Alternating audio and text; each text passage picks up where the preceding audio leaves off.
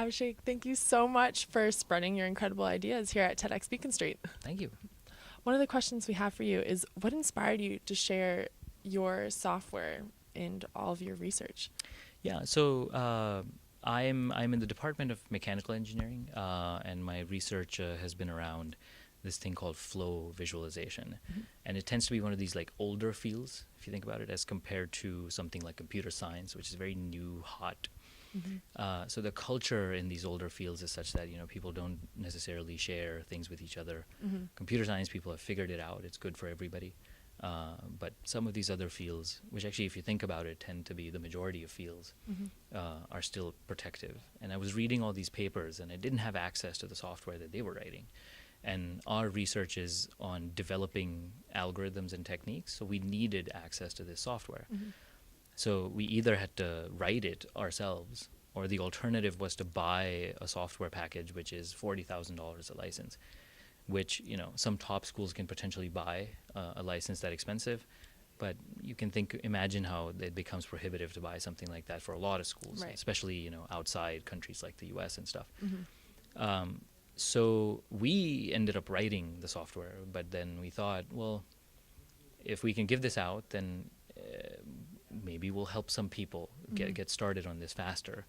So, and part of that was like because I think that's the right thing to do. Right. But there's also a little selfish reason in there, which is that if I'm publishing a paper and giving the software we have to other people, then we're making it super easy for anybody to get started on that and then build off of my research. And then they cite my paper, and then I get recognition off of that. So so it's kind of a win-win for everybody. Right. Excellent. And how do we encourage the adoption of open source in science, research, and education? Yeah. So I think the way I look at it is that there are three gaps preventing that from happening. So there's a cultural gap, there's also a skills gap, and there's a technology gap. So the culture gap is obviously people they think that being protective is good for them, or they don't necessarily believe in this whole like let's share everything. It's good for innovation and in the field. So that will change over time, but I think showing examples of fields where this is happening, and this is not just helping the field but also helping the researchers, hopefully will inspire some other people to start thinking maybe it is worth considering that we should do this. And if they start doing that, then hopefully they will tell other people, and over time that'll change.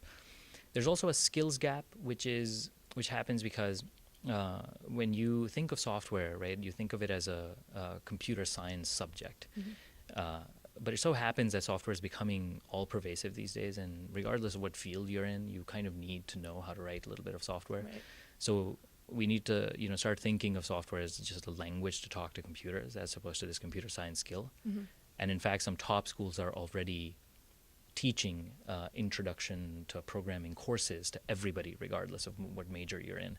And I think other schools need to consider doing that, right? And that will train the students better.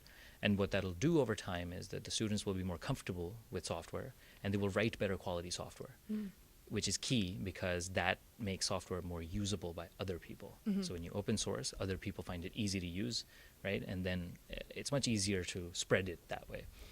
And the technology gap is that I think as we are teaching students and researchers to write better software, we can also make it easier for them using technologies that don't make you write software that is too complicated.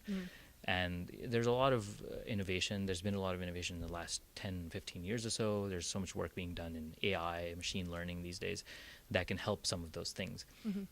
I mean, the things we do these days that will qualify you as a software programmer, somebody from the 70s will just laugh at you.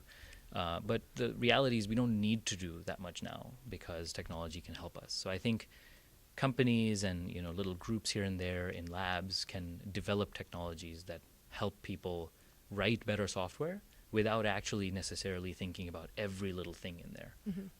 So hopefully that will, those three things coming together will sort of bridge these gaps and make this happen. Excellent.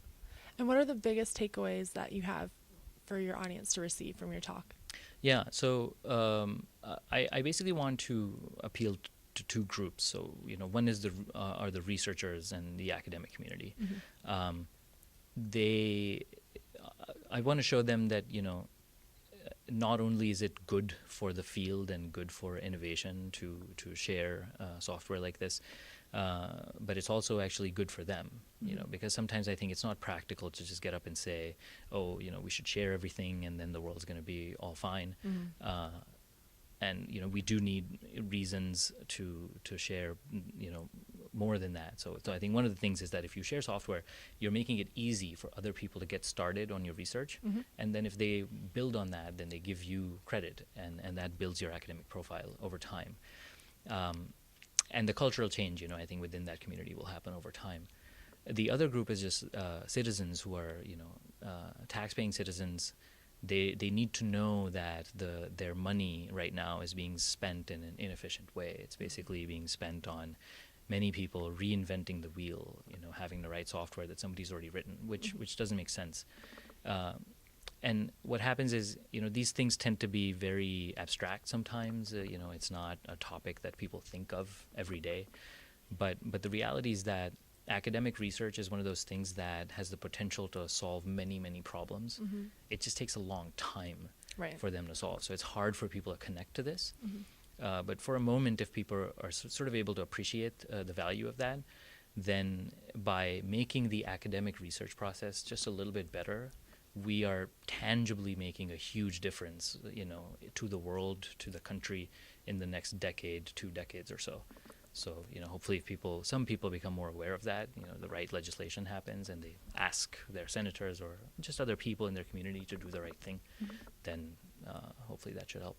Excellent. Thank you so much for spreading your ideas. Thank you for having me. Thanks.